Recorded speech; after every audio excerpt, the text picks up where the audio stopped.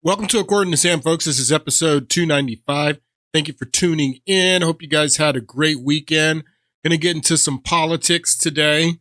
We had the debt ceiling and budget debates going on last week, and they finally passed the continuing resolution until September. It wasn't really a continuing resolution. There were some changes made to the bill, but passed through the House of Representatives, where it was believed, particularly by Democrats in the Senate, and Chuck Schumer, for one, believed that that's where they were going to have the biggest problem in passing this bill, was in the House of Representatives. And they passed it in the House of Representatives with every single Republican voting for it, except, of course, Thomas Massie. And they even got one Democrat to vote for the bill in the House of Representatives and join Republicans. And all the other Democrats voted against it. And that's why they're angry now at Chuck Schumer, really, is because they're like, if we would have known that you were going to sell us out, Chuck, then we would have voted for it in the House of Representatives. Now we got to go back, to our districts next year and be challenged on the fact that we voted against keeping the government open. So one Democrat joined with all of the Republicans to vote for it. Thomas Massie voted against it. It narrowly passed in the House of Representatives, but technically it's bipartisan. Doesn't matter if it was one Democrat, two Democrats, 30 Democrats. Technically, it was bipartisan. You got a Democrat and the Republican caucus to advance this bill, and then it went to the Senate. And at first, Chuck Schumer, he threatened he says he has the votes, that we're not going to vote for this in the Senate. We're going to shut down the government, is what Chuck Schumer says. And after it passed out of the Senate, Mike Johnson sent the House of Representatives home. They're on recess now. So any changes that the Senate wanted to make, they were trying to negotiate a short-term 30-day CR so they can keep negotiating. But the House wasn't even in session anymore. They passed this thing in the House, sent it to the Senate. So either Chuck Schumer was going to shut down the government, or Democrats were going to vote with Republicans in cloture and advance the bill, where they only needed 51 Democrats to vote for it, or 51 Republicans to vote for it to advance the bill. And boy, Chuck Schumer played himself. Chuck Schumer played himself, man. I would love to play poker with Chuck Schumer, because he first comes out and says that we're voting against this, that this isn't, this doesn't benefit us. And then, Republicans called their bluff. Republicans don't care. They didn't care. I was saying you can't play chicken with the kamikaze pilot. You're going to lose all the time. The Republicans don't care if you shut down the government. They didn't care at all. And Chuck Schumer trying to play hardball and say, oh, we're not going to vote for this. We're going to they were calling it the Schumer Shutdown. They already had a name for it, the Schumer Shutdown, that they were going to put the blame on Schumer for shutting it down. And he heard that Schumer Shutdown. And he's like, oh, that's too good. I can't have that. Can't have them going around talking about the Schumer Shutdown. So he reversed himself, and he got enough. He got 9 other Democrats to vote with him, and they advanced it. But the Democratic Party is in disarray right now. And we want to talk about some polling. I want to get into some of this stuff and what's going on politically here in the United States. This was a poll that came out from CNN over the weekend. It made a lot of news. Take a look. Good morning. Welcome Inside Politics Sunday. I'm Manu Raju. First up this morning, a brand new exclusive CNN poll that paints a brutal reality for Democrats. Brutal. They struggle to mount a unified opposition to President Trump. Look at this. 29% of the country approves of the Democratic Party, has favorable approval of the Democratic Party. 29%. Now, this 36% for the Republican Party, that's not any better. But quite frankly, I support Trump. I support his agenda. But I don't have a favorable opinion of the Republican Party. I think the Republican Party is in total disarray, particularly congressional Republicans, particularly the ones that want to keep deficit spending and keep funding Ukraine. I got a problem with them. So 36% is not great for the Republican Party, but 29% in the CNN poll. This is CNN poll, 29% favorability for Democrats. Politics Sunday, I'm Manu Raju.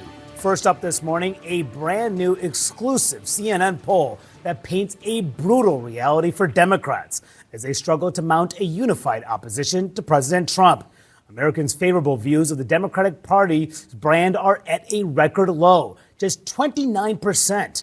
That's compared to 36% for Republicans. It is the lowest ever recorded for Democrats in CNN polling going back more than 30 years. As you can see, the party's numbers dropping a staggering 20 points in just 4 years. The CNN SRSR's poll also found 57% of Democrats and Democratic-leaning voters are more interested in seeing their party leaders stop the GOP agenda, compared to 42% who are more interested in cutting bipartisan deals. It is a big shift from where the party stood at the start of Trump's first term in 2017. Now, this survey was taken before this week's tumultuous battle over funding the government, which resulted in one of the ugliest intra-party Democratic disputes in years, and left many in the party lobbing furious attacks at Senate Democratic leader Chuck Schumer, who ultimately reversed course and let a GOP bill funding the government become law in order to avert a shutdown.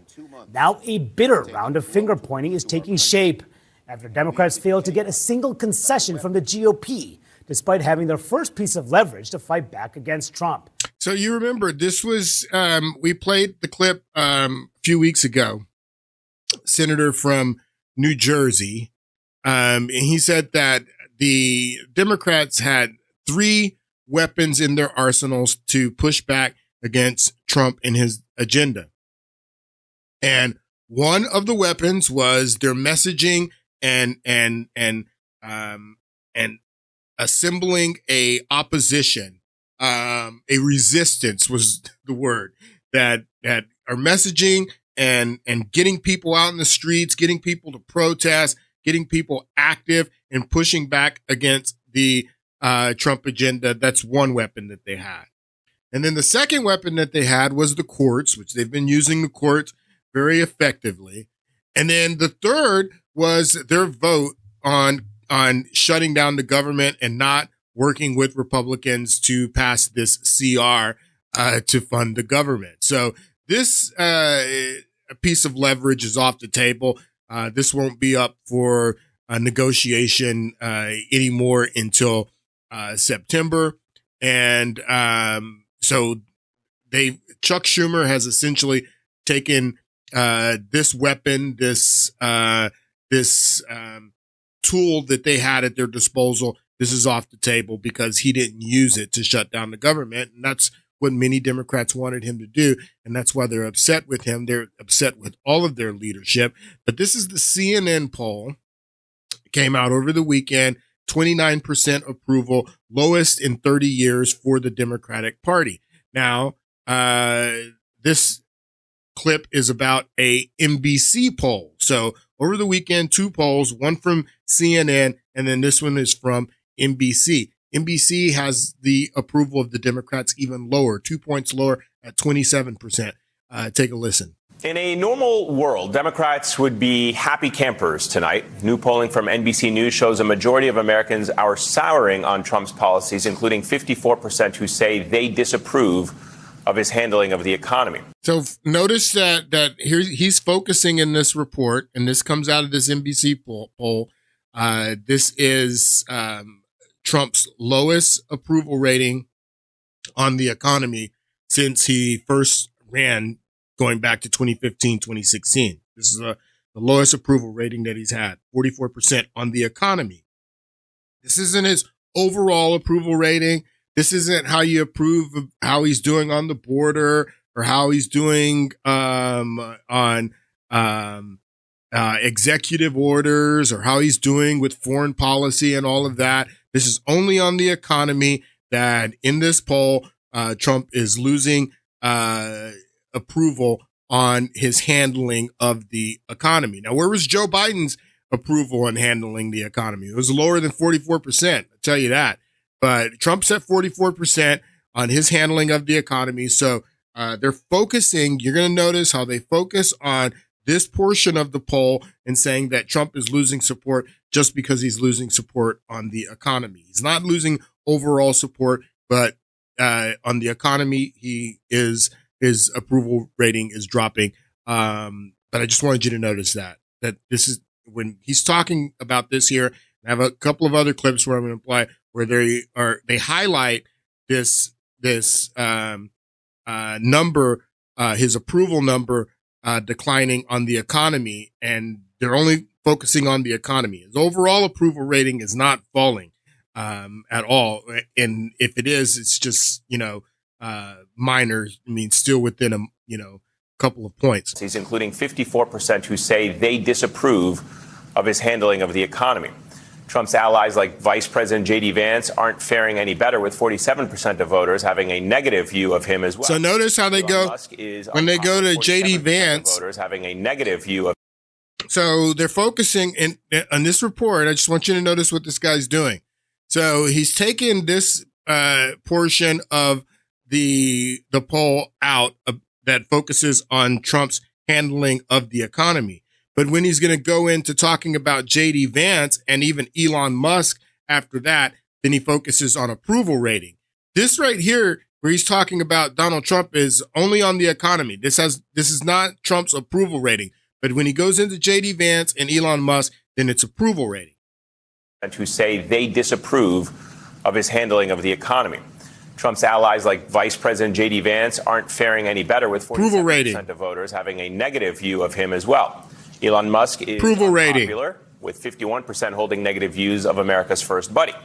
Again, in a normal world, this would be ripe for celebration among Democrats.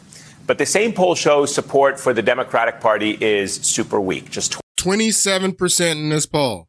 So the CNN poll over the weekend had the approval of the Democratic Party at 29%, and then a totally different poll, the NBC poll over the weekend, has the approval rating of the Democratic Party at 27%. Both the lowest approval ratings that these polls in the past 30 years have had for the Democratic Party. The lowest in 30 years. The Democratic Party is in the toilet, people, is what I'm trying to show you.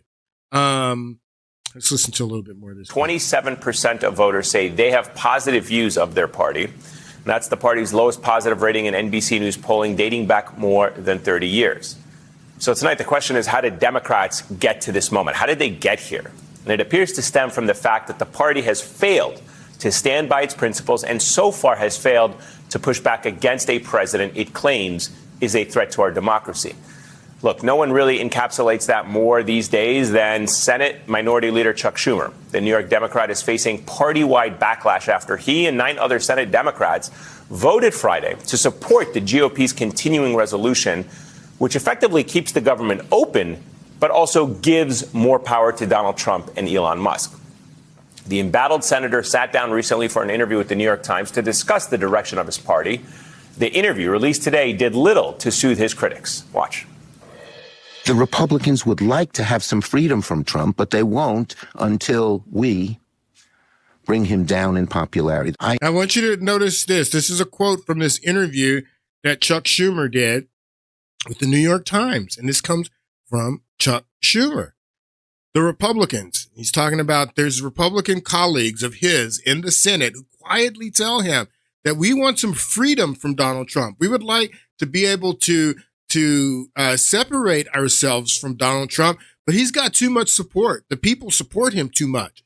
He's got too many people behind him. Chuck, is what these Republicans tell him in private. His Republican Senate colleagues that would like some freedom from Trump is what he's quoted saying here to the New York Times, that these Republican colleagues that I have that don't really like Trump and they want some freedom from him, but he's got too much support.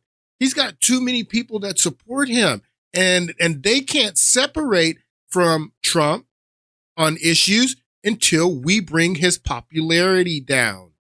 This is a very interesting quote that Chuck Schumer gives the New York Times. And so this is what it's all about. This is what you've been seeing and noticing over the last week about trying to take Trump's popularity down and trying to push a narrative out there that people that voted for him, that they regret their vote, and that the country is in chaos now in the first 50 days of Trump. That's the narrative that they're trying to put out, and they're trying to do that so they could diminish Trump's popularity and bring his popularity down. This guy, Jonathan Last, on CNN, he says it. Now he's a former Republican, one of the never Trump Republicans from the old Republican Party. But I mean, they're all pretty much Democrats now. But I want you to listen to what he says. He says the exact same thing that Chuck Schumer says here, and we need to bring his popularity down before we can start, seeing Republicans in Congress separate themselves from them and push back, and even from the courts, he says. Listen. What made me really depressed over the last 55 days was the fact that his poll numbers really remained remarkably buoyant, given how he was governing. He was doing all the authoritarian stuff, and his polls were authoritarian stuff. That started to change over the last 3 weeks or so. No, it hasn't. His standing deteriorate.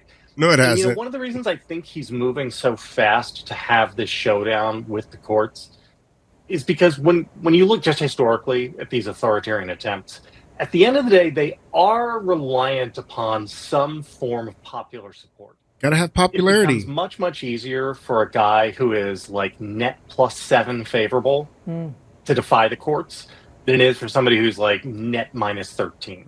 And for looking from the other side of it, the courts are going to feel much more able to assert themselves if the president is unpopular. So I think the acceleration we've seen of him over the last 3 weeks or so has been precisely because his standing publicly is starting to deteriorate. No, his standing publicly is not deteriorating, not very much at all. This is real clear politics. This is an average of, there's got to be what here? That's 5, 10, 13, 14 polls here.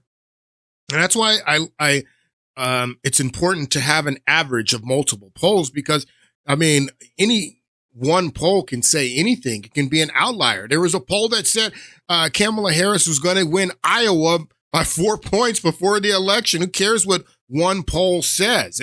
But real clear politics does an average of all of the major polls. I have 14 polls here. Now, if you notice this poll right here, Quinnipiac, you can see the numbers. This is out of all of these polls in this average, Quinnipiac has the lowest number at 42%. 42% approval, 53% disapproval. So I've saw several different articles that were only highlighting this one Quinnipiac poll, saying, "Oh, look at this poll in Quinnipiac. Trump's underwater. He's losing so much support because of this one Quinnipiac poll that's got him at 42%. But look at these other polls. Rasmussen, 50%. Economist, YouGov, 48%. RMG Research, 54%. Harvard Harris, 52%. He's got an average approval rating of 48%. He's been fluctuating. He's been as high as 50% after his inauguration, but he's down a little bit, 2 points to 48%. He hasn't had any significant drop in support or approval rating. If it wasn't for this one, which seems like an outlier, this Quinnipiac poll that's got him down at 42%, he would be a little bit higher. I've seen his disapproval tick up a little bit, but it was at 47%. Now it's 48.5. It's what, a point and a half on the average of all these polls? I mean, Trump's not losing any support at all. And these are, you look at the date on this average from 219 to 316. Today's the 17th. So, I mean, there'll be new polls out later this week. I'll tell you if they change, but I've been watching this for weeks now, and I haven't seen any huge movement in Donald Trump's approval rating. This is approval rating. This isn't his number on in one NBC poll on the economy. This is his approval rating, and this is the average of 14 different polls. His approval rating, 48.1% right now. So Trump is not losing a lot of support, but like Chuck Schumer is saying here, that we have to, if we want to get Republicans to break with him, if we want to get the courts to push back on him, then we have to diminish his popularity. We have to diminish his approval, is what this guy said. You're not seeing that at all, but that's the narrative that's coming out. That's what they're talking about in the media. They're trying to shape this narrative, and they're doing that for two reasons, because they're trying to build this narrative that everything's chaotic and that Trump administration is failing and he's losing mass support because they trying to create a self-fulfilling prophecy that if they say it enough, then it'll eventually happen. And I believe that, these, 1.5, 2-point shifts that you notice is coming from the media narrative. But there's not a lot of shift in Donald Trump's support at all, because people understand he's only been there for 2 months. People understand, what the auto pen years were about and how much damage the auto pen years did to the country. You don't just turn that around overnight. I mean, if the economy was good, if people felt the economy was good under Biden, it's very likely that Trump wouldn't even be president right now. But people felt that the economy was bad. And now that you're seeing, the economy not getting any better in the first 2 months of Trump's administration, I mean, he's not going to lose support in the first 2 months of administration. If this progresses and lingers, there's a possibility. But I mean, it's ridiculous to think that Trump can immediately make changes after all the damage that were done in the auto pen years. So this is Meet the Press, Steve Kornacki, and he goes further into that NBC poll that we've been discussing. I want you to take a listen. Joining me now to take us through our new poll numbers is NBC News national correspondent Steve Kornacki. Steve, a lot of headlines in this poll. Yeah, Kristen, and you get to it. Let's just start with Trump himself, that 47% job approval rating. 2 weeks. Look at this. This is in the one NBC poll.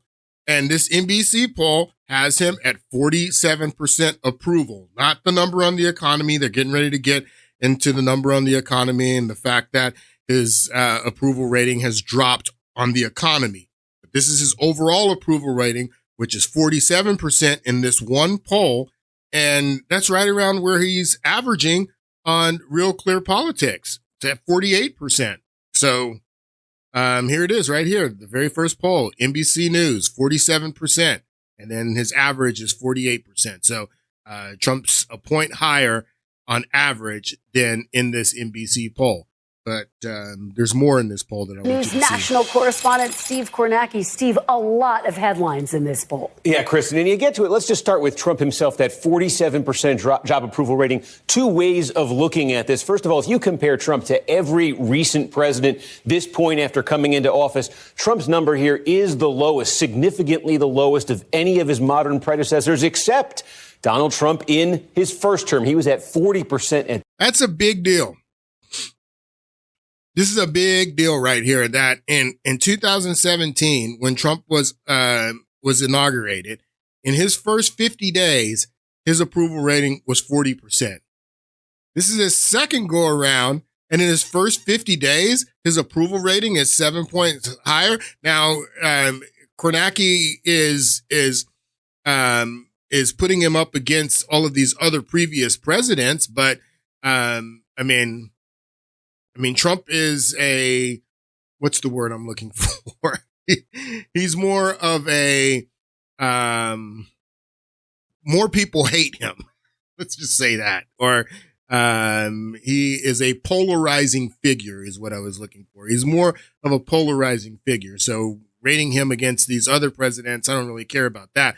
But I mean, rating him against himself, going back to 2017 in his first 50 days, he was at 40%. And now he's at 47% in his first 50 days. I mean, that's better. I'm sorry. At this point in 2017. So this for Trump is actually better at 47% than he's done. And what that reflects is it's not that he's built a lot of new popularity since the election, but that coalition that elected him, you're not seeing that disappear from him. He's not losing anyone. Listen to what Kornacki is telling you. They're trying to get people to say, oh, I regret voting for Trump, and that all of the chaos that we're seeing, that I regret my vote. Nobody's regretting their vote.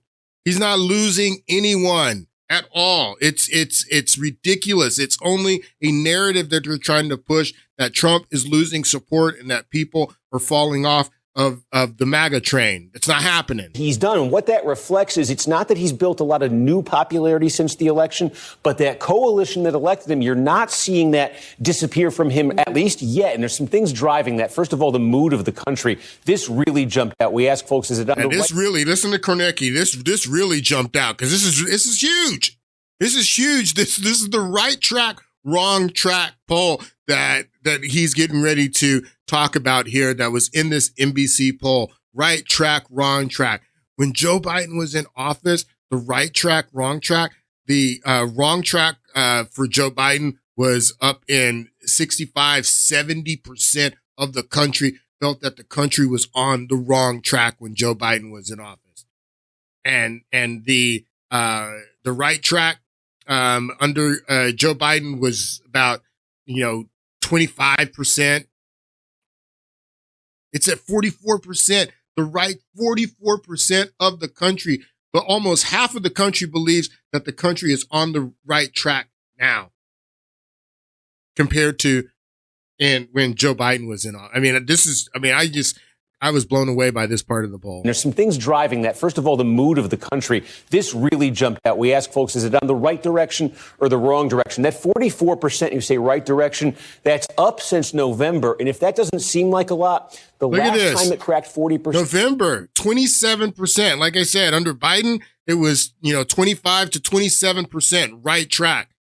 Now it's 44% of the country believes that the country is on the wrong track, according to this NBC poll. Ask folks, is it on the right direction or the wrong direction? That 44%, you say right direction, that's up since November. And if that doesn't seem like a lot, the last time it cracked 40%, you got to go back to 2012. The last time it actually hit 44 or higher, January of 2004. Wow. So a lot of this is Republicans, but independents, that number is also up since the election on the direction of the country. Also, just Trump and his base, we monitor this. Among Republicans, look at this, basically 3 out of 4 Republicans say it's a very positive view they have of Trump, not just positive. Again, at this point in his first term, it was only 50. It's not just losing the strengthening anybody of that base, the tightness they feel in terms of their connection with him. And then there's the Trump agenda. There are some popular elements of it here. Handling of border security and the immigration issue.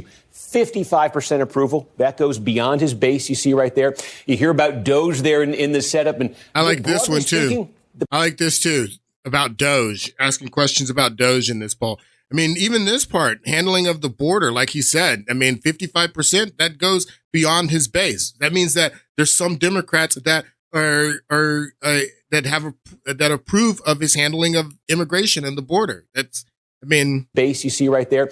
You hear about DOGE there in the setup. And broadly speaking, the people do think this is a popular idea here. More people in this poll think DOGE is a good idea than those who think it's a bad idea. 40% think it's a bad idea. 46% in this poll think that DOGE is a good idea. Good idea, 46%. Bad idea, 40%. Look at it this way. When you ask folks, what should DOGE be doing going forward? A third say much more. 28% say DOGE is needed, just needs to slow the pace down. But that's 61% total who seem to say that DOGE is basically a good thing. And that Wow.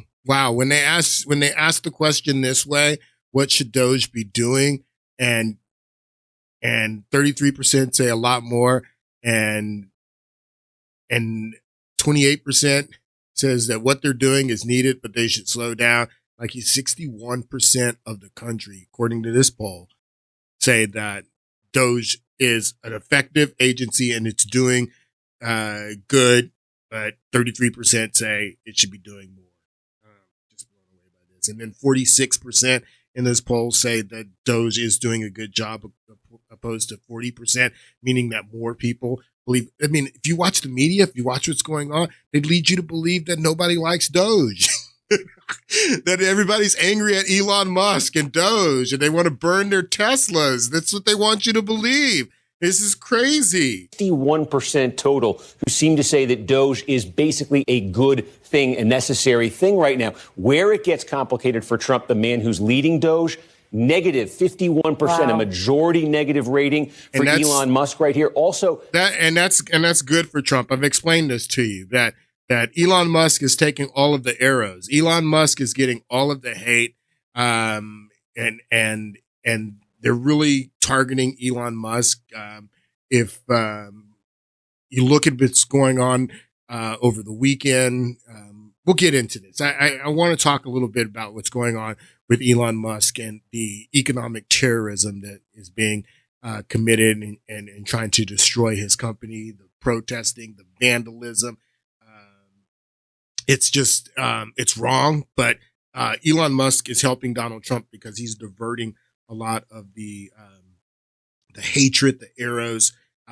It's all going towards Elon Musk, which I don't really understand why, but I mean, a lot of it has to do with the media and the negative propaganda against him being the richest man in the world. Just that alone, draws some hatred, but Elon Musk is he's doing a service in more ways than one, in that he is drawing a lot of the hatred and fire that Trump would be receiving. It's all going towards Elon Musk. Necessary thing right now. Where it gets complicated for Trump, the man who's leading Doge, negative 51%, wow. A majority negative rating for Elon Musk right here. Also, federal workers, we just asked folks, do you have a positive, negative view? Much more positive than negative in terms of federal workers. And then for Trump, there is, we say, not slippage since the election, but the warning signs. And it's on broader areas of his leadership. Look at this. And all of these areas you see right here, Kristen, foreign policy, the Russia-Ukraine war,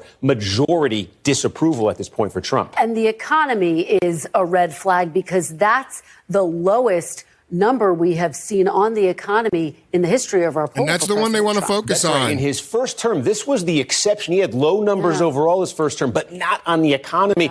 But the economy and inflation this time, look at those numbers and you look at the mood on the economy. Only 18% of voters say it's excellent or good right now. Our pollsters looked at this right before the election. That number was 26% excellent, good before the election. So look at this. So before the election in November, only 26% of the country said the economy's good.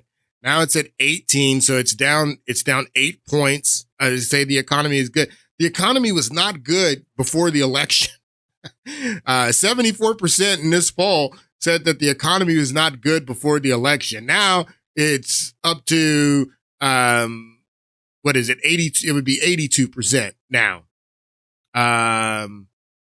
So the economy wasn't good before the election. The economy is not good now. The economy, honestly, is, as we get into this, you're going to see the economy hasn't been good for a long time. The economy hasn't been good for a long time. And the people that are saying the economy is not good right now, they're not saying it's because of Trump, that it's Trump's fault that the economy is good. It's just saying that since the election, that Trump hasn't really done anything to change the economy, but the economy has been bad going back into the Biden administration. People believe that the economy was bad. And it's very important for you to understand. Then you have clips like this. This is CNN. They brought in, I think Axios did this survey where they bring in 13 people. Think about that sample size. 13 people. And these are voters that voted for Joe Biden only from the state of Michigan, which is a swing state, voters that voted for Joe Biden in 2020 and then in 2024 voted for Trump, 13 people again. And these are the reports that they're doing, again, trying to create a self-fulfilling prophecy and create a narrative that people that voted for Trump are regretting their votes. People that voted for Trump are breaking with Trump and he's losing support. It's ridiculous. It is day 53. That's not what it feels like, though, in this whirlwind of President Trump's second term. And now some of his swing state supporters are expressing some buyer's remorse. They're sounding off in a focus group co-conducted by Axios. It's a group that consisted of 13 voters from battleground Michigan who voted for Joe Biden in 2020, but then for Donald Trump last year. Axios reported that most expressed frustration and worry using words like erratic, frightening, disruptive, and dictator to describe their concerns. Dictator. It's getting to the point where I'm almost scared to watch the news. A lot of his actions have just been disruptive. I think that's funny. It's getting to the point where I'm almost scared to watch the news. Well, that's probably, where your frustration and anxiety is coming from is because you're watching too much of the news. It's getting to the point where I'm almost scared to watch the news. A lot of his actions have just been disruptive and creating chaos. I don't think anyone would have voted for him if they expected to see what we're seeing now. I was voting for him based off of the economy the first time around, and I'm seeing a significant decline. It's very scary. Scary. Only one voter in that focus group, though, said that she would pick Kamala Harris if she were to do it all over again.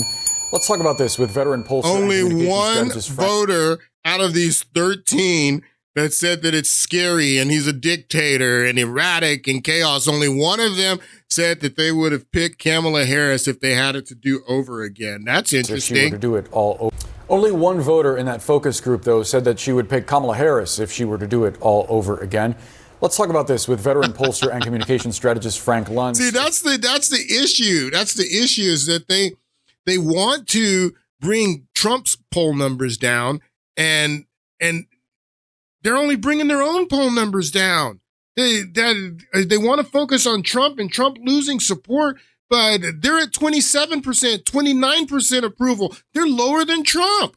But even if people have a disfavorable opinion of Donald Trump, more Americans have a disfavorable opinion of the Democratic Party. They're in no position to put Trump in this light that he's unfavorable with people in the country because more people see them as equally unfavorable, if not even more. Again, Trump's approval rating is 20 points higher than the Democratic Party. And unlike the Democratic Party, Trump's not losing any support. He's not losing people. His support is more firm. People are dropping from the Democratic Party on a daily basis. They're losing support on a daily. They're in such disarray. All over again. Let's talk about this with veteran pollster and communications strategist Frank Luntz. Frank, you said a moment ago as we were watching that soundbite that focus group was too small. They need a larger sample to get a range of opinions. I do wonder from folks that you've heard. The focus group is too small, what Frank Luntz says. The focus group is too small.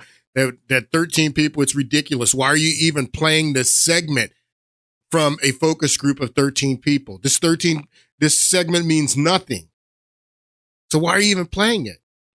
You don't have to listen to what Frank Luntz says, but I'm just showing you the kind of segments that the media is putting out there. And again, the purpose of this is to create the narrative that Trump is losing support, so it's self-fulfilling.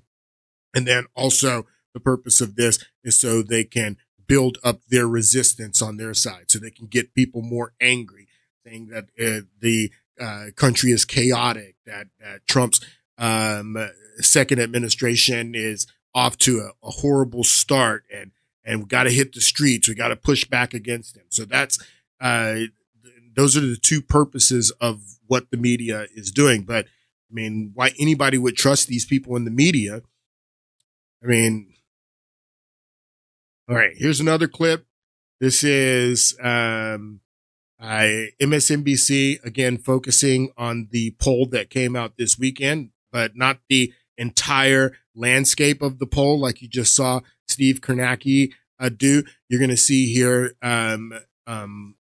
forget his name, Michael Steele. You're going to see him pull out only the portions of the poll that are on the economy, using the economy to say that, look, Trump is chaotic and doing a bad job because of these economic numbers in our poll. I'm going to bet a lot of you watching at home right now are just a little bit fed up with Donald Trump and his actions. I'm going to bet you want Democrats to do something about it. Now, if that sounds like you, and I'm just guessing here, you're not alone. Just right now, some new polling out from NBC News shows that 54% of voters disapprove of Trump's handling of the economy. That's the worst number he's ever seen, dating back to his first term. And a whopping 82% of voters say the state of the economy is either fair or poor. All right, so this is not surprising that 82% of the country says that the economy is either fair or poor. I mean, you can go back. We just saw Kornacki go back to November, and it was 74% said that the economy was in bad shape. 74%, so it's ticked up to 82% now. So this is the poll that he's talking about. But I mean, it's not like the economy and that people did not believe that the economy, according to polling, even your own polling, did not believe that the economy was bad under Biden-Harris. Most everyone believed that the economy was bad under Biden-Harris. So Trump hasn't seen a huge turnaround in what the economy was doing under Biden-Harris in his first 50 days. Big whoop. Big whoop. Give the guy some time. I mean, he's only been there for 2 months now, a little bit over 2 months. Now, this became a big story. He was on Fox News last week, and he was asked about a recession. And I want you to listen to what Donald Trump says about a recession when he's asked about it. Stay on the economy for a moment, because there are rising worries about a slowdown. You've got the Atlanta Federal Reserve saying we're going to have a contraction in the first quarter. Look, I know that you inherited a mess. And he inherited a mess. But are you expecting a recession this year? I hate to predict things like that. There is a period of transition, because what we're doing is very big. We're bringing wealth back to America. That's a big thing. And there are always periods of, it takes a little time. It takes a little time. But I think it should be great for us. I mean, I think it should be great. It's going to be great ultimately for the farmer. You know, don't forget, So he refused to say if a yes or no. And it would be foolish for him to say, no, we're not going to have a recession. He has no idea if we're going to have a recession. But what he's trying to do is he's trying to fix the fundamentals of the economy, because the fundamentals are not good, and the fundamentals have been bad for a long time. And everybody's giving him grief about using tariffs, which I fully support, and saying that because we had a downturn in the stock market and the Dow Jones was down last week, that he's doing a bad job and these tariffs are driving the stock market down. Listen, the stock market is not a good barometer to how healthy the economy is. Looking at the stock market, I mean, there's been tons of times in the history of this country where the stock market has been booming, but the growth that was driving the stock market boom was not real. Like the dot-com bubble in the late 1990s, like the housing bubble in the early parts of the 2000s, like Enron, like WorldCom. Must I go on, where you seeing the stock market and your stock prices roaring and the Dow Jones roaring, but the growth that is driving those high stock prices is not real growth. It's not real it's not, real fundamental economic growth. It is fraud or financial fraud with companies, again, like Enron and WorldCom, or the dot-com bubbles in the 1990s. It's not, when you have a growing economy, it's important to look at where that growth is coming from. what is the engine that is driving the growth? I'll give you an example. In the early 2000s, when we were in the middle of the housing bubble, everyone knew where the growth was coming from. Everyone could look and say that the economy is growing because of the housing sector, whether it was mortgages, whether it was home sales, whether it was, products for furniture and stuff like that. All of the economic growth that was being driven in the early part of the 2000s during the Bush administration, what was fueling it was the housing market. Economists can look at that sector and say, that's the sector that is driving the growth. What if you're looking at the Biden administration, the auto pen administration that we just got out of? I mean, you're looking at the quarters where we had growth. What was driving the growth in those quarters? So what Trump is trying to do is he's trying to change the fundamentals of our economy, where our economy is seeing growth through manufacturing again, where our economy is seeing growth through real products and things that we create. And it takes some time. And yeah, we may have a recession. We should have had a recession years ago, and they pushed the recession down the road and kept pushing it down the road and kept increasing government spending so we wouldn't have a recession. And now the debt is the real problem because we've been pushing the recession down the road and increasing government spending so nobody has any pain of a recession. And now we're dealing with this, which is a huge problem. J.D. Vance was asked on Fox News about a recession as well and Trump's policy with tariffs. I want you to take a listen to what he says. What can you do to reassure them that this is all going to settle out? Yeah, well, first of all, I think the president's been very clear. He wants to impose tariffs on foreign importers because he wants to bring investment and jobs back to the United States of America. So what I'd say to those business leaders is I think the president has actually been quite clear about what he wants to accomplish. Very clear. Build more in the United States of America, invest more in the United States of America, raise wages for workers in the United States of America, and you don't have to pay these tariffs at all. There is, as the president has said, a recognition that we have to accept, which is that, look, Joe Biden left this economy in a disaster. Absolutely. He ran to the highest peacetime deficits we've ever had in this country. Absolutely. He left us with a significant debt crisis. And the president has come in and said, look, listen to what he's saying. A lot of things. Listen to what he's saying, that Joe Biden left us in a bad situation because his economy was bad, but he ran these high deficits in government spending. I'm going to go into that here in a moment, but it's very significant. That's a different economy than what Trump is trying to build. Trump's trying to go in a totally different direction than what Joe Biden and the Democrats have been doing for a long time. Economy in a disaster. He ran to the highest peacetime deficits we've ever had in this country. He left us with a significant debt crisis. And the president has come in and said, look, we have to accomplish a lot of things simultaneously. We have to bring down inflation, which I think we're making some good progress on. Inflation was down in February. We have to actually ensure critical government services like Social Security and the military function for the American people. And we also have to force businesses to invest more, not overseas, not in Chinese workers, in America, but in American workers. And I think we're doing all of those things. Rome wasn't built in a day, of course. This is not going to happen overnight. But I think that both businesses and workers are ultimately going to benefit from President Trump's policies. Yeah, it's going to take some time. It's not going to happen overnight. And yeah, there may be some rough patches. There may be some bumps. There may be a recession. There may be some quarters where there's negative growth. But if Trump is able to do what he's trying to do, and he's trying to rebuild the middle class and restructure the fundamentals of our economy, it's going to take some time. But in the long run, it's going to be better for the United States, and it's going to make us stronger. This was Marco Rubio. He was on Face the Nation, again, talking about tariffs and Trump's economic policy and using tariffs to force jobs to come back to the United States, manufacturing back to the United States. Take a listen to Rubio. So here's the way everyone needs to understand this, okay? The president rightfully believes that the balance of global trade is completely off kilter. For 30 or 40 years, we have allowed countries to treat us unfairly in global trade. Absolutely. Much of it during the Cold War because we wanted them to be rich and prosperous because they were our allies in the Cold War.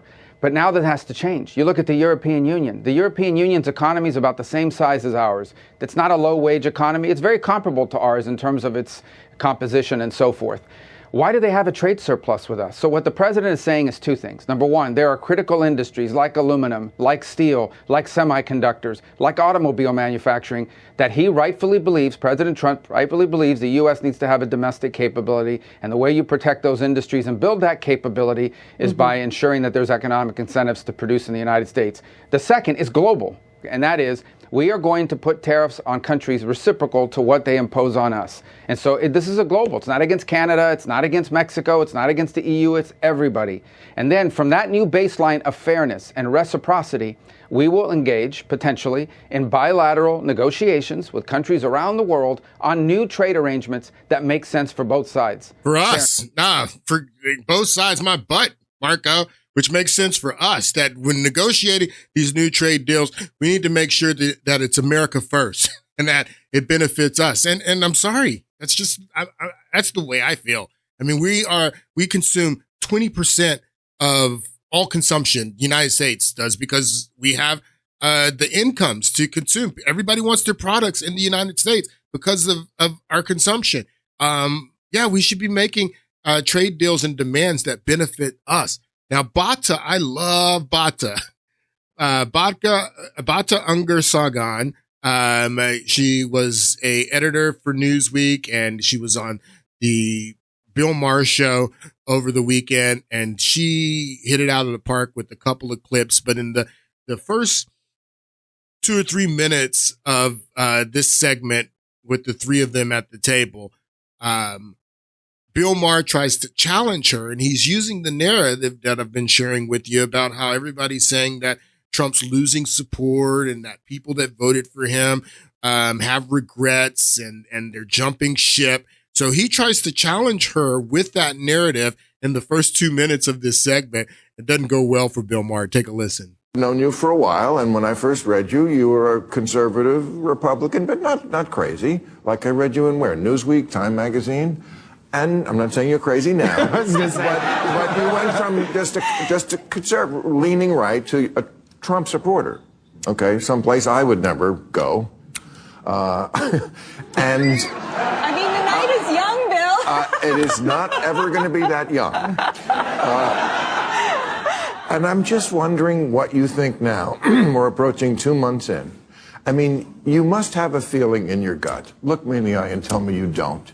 That this is really going badly, and I shouldn't have thrown my lot in with this team. Oh, no, I feel the opposite. Oh, no. All right.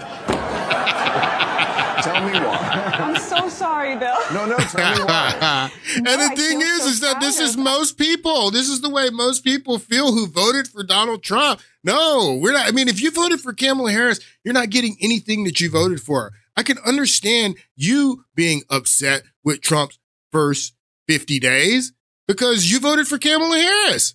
You voted for open borders. You voted for, what did she say when they asked her, are you going to do anything different from Joe Biden? She said, no, I can't think of anything different I'm going to do. So that's what you voted for. If you voted for Kamala Harris, I'm not surprised that you are unhappy right now. But those of us who voted for Donald Trump, we're getting almost everything that we voted for. And I say almost because we're not getting everything. But I mean, it's been great for us. No, we're not disappointed in what Trump is doing. We're very happy with what Trump is doing for the most part. This is really going badly, and I shouldn't have thrown my lot in with this team. Oh, no, I feel the opposite. All right. Tell me why. I'm so sorry, Bill. No, tell me why. No, I feel so proud of, I mean, I was never a Republican or a conservative. I was a leftist, and I am still a leftist. I'm just a MAGA leftist now because... That makes no sense. Makes plenty of sense if you listen to her. Well, would you like me to explain it to you? Please do, yes, please. When I look at what President Trump ran on and the agenda that he's enacting right now, he took a Republican Party that was built on social conservatism, foreign interventions and wars, and free trade and free markets. And he basically took an axe to all of those. All of it. During the campaign, he said, look, I mean, he's pretty pro-gay. That's pretty obvious. He appointed the highest-ranking out gay person, Scott Bessent, our Secretary of Treasury, which is incredible. And he sidelined the pro-life wing of his party. He has changed the party, for sure. Okay, so he believes abortion should be legal for 12 weeks. But free trade, you mentioned. On foreign intervention, he's anti-war. He's trying to bring to an end to all of these wars, okay? By surrendering, but yes. Okay. By surrendering. So that's that he's trying to bring an end to the wars by surrendering. We surrendered in Vietnam. We surrendered in Afghanistan. Actually, we've surrendered in every major conflict that we've been in, Bill Maher, since World War II. Not all of them, but we definitely surrendered in Afghanistan and in Vietnam, which were major conflicts. So even if that was and he's talking about Ukraine, that Trump wants Ukraine to surrender. Ukraine's getting their brakes beat off. Of course they should surrender. That's what you do when you're getting beat. Wars, okay? By surrendering, but yes. Okay. I mean, that is one way to end the war. He's on the other side of another party that is quite pro-war and wants to keep the war going, right? But let me just get to the third point. And the third point is, and he's not free trade. He does not believe in free trade. He looked at our destroyed manufacturing base. He looked at the downwardly mobile working class. He looked at the fact that working class Americans can no longer afford the American dream. And he looked at why that was, which was there was a handshake agreement between both parties. Both parties. That we should somehow have free trade, which resulted in shipping 5 million good manufacturing jobs overseas to build up China and Mexico. And some came here. No, what they did was they brought in millions and millions of illegal migrants to compete with the jobs that remained here. Absolutely correct. They offshored all of the manufacturing jobs, and for the few remaining jobs that remained here, they left the borders open for illegals to do them. They hollowed out the middle class. She's 100% right. Migrants to compete with the jobs that remained here. And what Donald Trump said was, we have to stop selling out the working class. That agenda that he laid out, socially moderate, anti-war, and anti-free trade protectionist, that is a leftist Sam, I will bring you in. That isn't a leftist. So she says that the anti-free trade protectionist agenda is it used to be a leftist agenda. She's absolutely right in what she says here. That the Democratic Party used to be the ones that were against free trade and were against the hollowing out of the middle class and were champions for the workers. That used to be the Democrats. This is an article in Politico from 2020 when Joe Biden was running in 2020. Democrats itching to take down Biden over free trade. Read this article. Joe Biden kickoff was designed to showcase his blue collar appeal. A rally at a Teamsters Hall in Pittsburgh where he railed against Wall Street, demanded that a local employer stop the union busting. But one staple of Democratic stump speeches heard across the Rust Belt was missing. Middle class Joe, as he's dubbed himself, didn't mention trade. Why didn't you mention trade, Joe Biden, when you were campaigning in the Rust Belt? Because Joe Biden supported all of the free trade as senator from Delaware, NAFTA, TPP, all of them. He was a supporter, and they were against him. They were trying to take him down because of his support of free trade, because being against free trade and using tariffs to bring back manufacturing, this was a Democrat issue. That's what Bata is saying. And she's saying, I'm a leftist, and now Trump is championing that and championing the working class. And no, she's not disappointed. And then they get into trade. Bill Maher here, pseudo-intellectual, because he's read Freakonomics. He challenges her and says, why do we want to bring back manufacturing to the United States? Is what Bill Maher says here. And she answers his question. This is what he actually says. And this is not in the clip. This is what I'm telling you. And I know that he gets this from Freakonomics. He's like, why do we want to bring back manufacturing to the United States like it's the 70s is what he says. And then this is what Bata says. I want to answer the question about manufacturing in the 70s. Oh, I don't blame you. I'll go back to that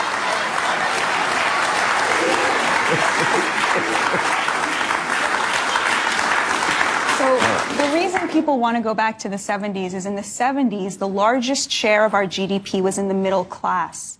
And that was not separate from the fact that 25% of our economy was in manufacturing. Right, the largest share of our GDP was in the middle class, the biggest chunk, the middle class, most people of who were what was middle produced income. came from the middle, and now Yes. it comes from what? The rich. Now, the top 20% controls over 50% of the GDP. Our economy was an upward funnel of wealth, and the largest share, which used to be in manufacturing, which gave a lot of working class people a middle class standard of living, now the largest share is in real estate and finance, meaning that asset-rich Americans are controlling over 50% of the GDP, and they have left the working class out of all of that prosperity that was generated. That manufacturing is still being done. It's just being done in other countries. It is still For wages we will not work for. That's exactly right. You're right, Bill. Yeah, you're gonna have That's to what raise the the tariffs wages. are for. Mm. They are to make American She's 100% workers right. more competitive. She's in the 100% global market. right. Why are we Right. accepting that there No, should be a that- race to the bottom? You know, China, what is its competitive advantage over us? It's that it pays slave wages. Why should we accept that? They're still manufacturing our PPE, our pharmaceuticals. And it costs more to ship it from China over to the United States. And she's right. Very important drugs that China's making for us. Very important resources that we need for our own. I mean, this is a national security issue that China's making all of this important stuff that we need. And if what she says here is absolutely right. It's that it pays slave wages. Why should we accept that? They're still manufacturing our PPE, our pharmaceuticals, our cars. They're making all that stuff. Trump's Not our cars. industries that we cannot have any kind of national security without having a stake in them. Pharmaceuticals, lumber, steel, aluminum, and I forget what the fifth one was. But these are really important that we have a stake in the manufacturing of the things that we need as a nation, so that when China decides that it wants to go to war against us, we're not relying on them for steel and aluminum in order to fight them. It's not only an economic issue, it's a national security issue. She is 100% right. I don't have very much time, but I want to share this with you real quick before we get out of here. That well, we'll start here. In the first 45 days of Biden's administration, he and Democrats passed a $1.9 trillion stimulus. And this is what I was telling you, that when you have growth in the economy, it's very important to find out where that growth is coming from. Is it the housing sector? Is it the tech sector? Is it, I mean, where do we see this growth coming from? So in the first 45 days of the Joe Biden administration in 2021, they passed a $1.9 trillion stimulus. Okay. So the growth that we saw in the rest of 2021, a lot of that came from this bill, from this stimulus bill. If Congress creates $1.9 trillion in debt and then infuses it into the economy, you're going to get growth. But that growth came from spending. That growth came from going $2 trillion more into debt. But yes, the economy was growing in Biden's, first months in office because of they passed a nearly $2 trillion stimulus package. Now, Trump can have that same growth right now. If you wanted to look at your 401k or stock price and see the economy growing, Trump and Republicans, if they wanted to follow the same plan that Joe Biden and Democrats did alone in 2021, they could just create $2 trillion and infuse it into the economy so you'll feel good about the economy.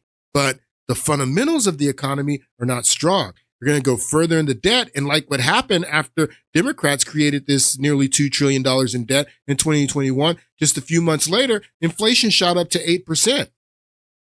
But they did this in 2021. And then when the first 2 quarters of 2022, we had negative growth. In the first and second quarters of 2022, we had negative growth, and they refused to call it a recession. But that's the technical definition of a recession. 2 consecutive quarters of negative growth. Look at this. U.S. economy just had a second quarter of negative growth. Is it in a recession? Well, yes, you're in a recession if you have 2 consecutive quarters of negative growth. But Democrats said no. Biden says U.S. not in a recession despite 2 consecutive quarters of shrinking growth. So they just change the definition and just say that, no, we're not in a recession. And they had just created $2 trillion in stimulus the year before. And then the first 2 quarters of 2022, we have negative growth. We're waiting on the first reading of the second quarter GDP. It's going to be out imminently. Markets right now are down going into the number. The number is coming up very soon, and Edward Lawrence is going to have it. Look at this. It is the GDP for the second quarter, and this is the first reading, which will get revised. Edward Lawrence has Look at where the Dow Jones is here. Yeah, this is a negative number for the second quarter. First reading, This is today's Dow Jones. It's decreased 0.9%. So then again, the first quarter estimate, final estimate was 1.6% decrease. Now we have a first estimate of the second quarter decrease of 0.9%. So if you're that's a recession. That's a recession. They refused to call it a recession. They said that Biden was adding too many jobs because everybody's going back to work from the pandemic. And then, we got the numbers from the first 2 quarters of negative growth in July of 2022. And then in August 22, they passed another $1 trillion stimulus by themselves, Democrats, to infuse another $1 trillion into the economy. Now, again, if you want to feel good about the economy and for Trump to take the same path that Democrats did and create all of this stimulus to infuse into the economy so we'll show growth. We know where the growth is coming from. I mean, you look at it and it comes from government spending. This is where the growth is coming from government spending. So they were trying to spend their way out of a recession, and Trump's not really willing to do that. Yes, we may have a little bit of a recession, but what Trump wants to do is bring down this debt. And if you try to spin your way out of a recession, then that's only going to increase the debt and increase the inflation. I had so much more that I wanted to share in this podcast that I did not get to. I did not get to the economic terrorism and vandalism that's going on at the Tesla dealerships and all of that. Perhaps we'll get back into that on Friday. Hope you guys have a great week, and I'll see you on Friday.